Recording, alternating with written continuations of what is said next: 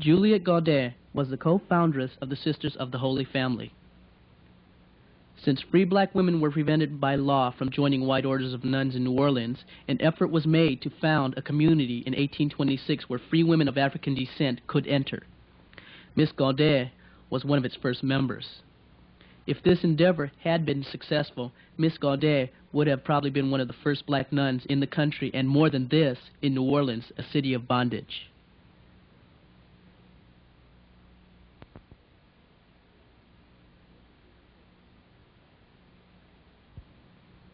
Josephine Charles is also considered a co-foundress of the Sisters of the Holy Family. She had been with the group in 1836 when an attempt was made for the second time to found the religious community of Negro nuns.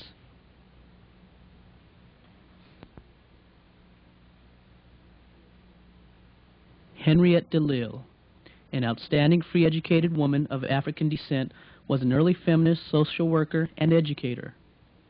It was her faith, prayers, determination, and love of the enslaved and the poor of her race which brought the community of black nuns into being in New Orleans more than a decade before emancipation.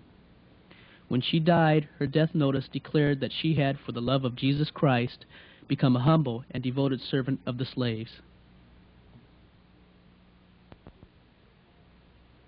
She was born in New Orleans, a city where many blacks were in bondage, poverty, chained in ignorance and hopelessness by a master, but she belonged to the class which styled itself the free people of African descent.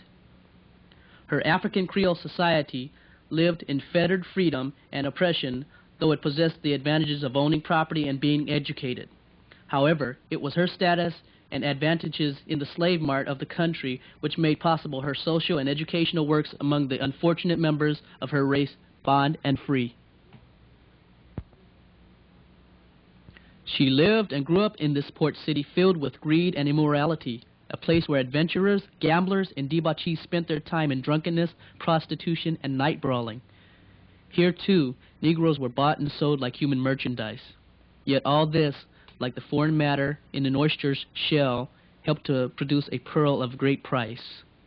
In this corrupt atmosphere, she matured into an unselfish, generous, and compassionate woman who spent herself, her time, her property in service to the poor, the ignorant, the sick, and the aged. But most of all, she was a humble, devoted servant of the slaves. During this era, Negro women in bondage were a defenseless part of society. In fact, the law protected white ladies from black men who were gravely punished for any type of overture to such ladies. However, black women, bond or free, had no such protection against the white man's lust. It was an accepted racial belief that women of African descent were all libertines. It was thought that colored women were incapable of practicing celibacy or being nuns. Only Caucasians were called to such an exalted vocation. She boldly defied such racial assumptions by founding this religious community of black nuns, the Sisters of the Holy Family, in this city of bondage. For more than 100 years, the Holy Family of Sisters have courageously contradicted the racial myth that holiness and virtue were prerogatives of the white race alone. Being virtuous has nothing to do with white or black blood, but rather with the heart and the head. From the time of slavery to the present, these sisters have demanded high intellectual and moral excellence of the women of their race. Worn out by her educational and social works among the members of her race, she died at the age of 50. Now, for all of these reasons, she, Mother Henriette DeLille, is one of the most outstanding women of Louisiana in the last century. Grace King, the noted historian of the state, felt that no white woman could have done more and none have done better for her race.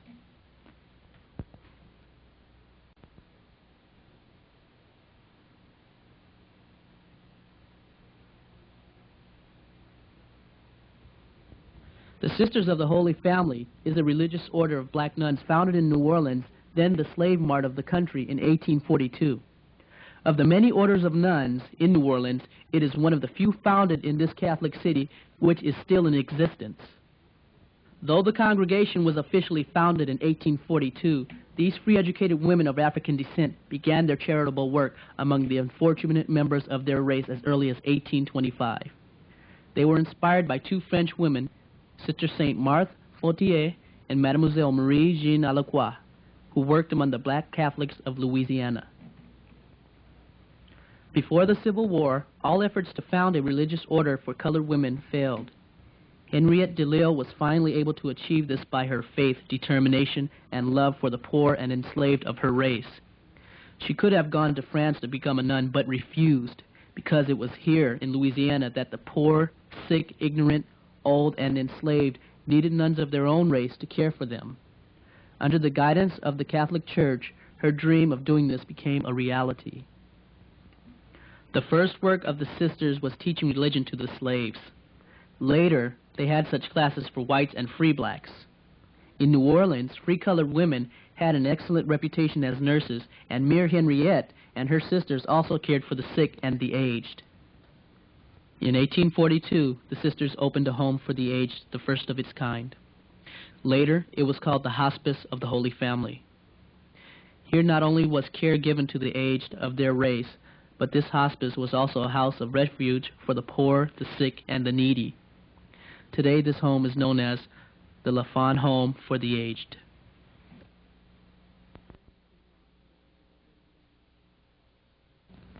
Before 1900, the Sisters of the Holy Family had opened the following schools.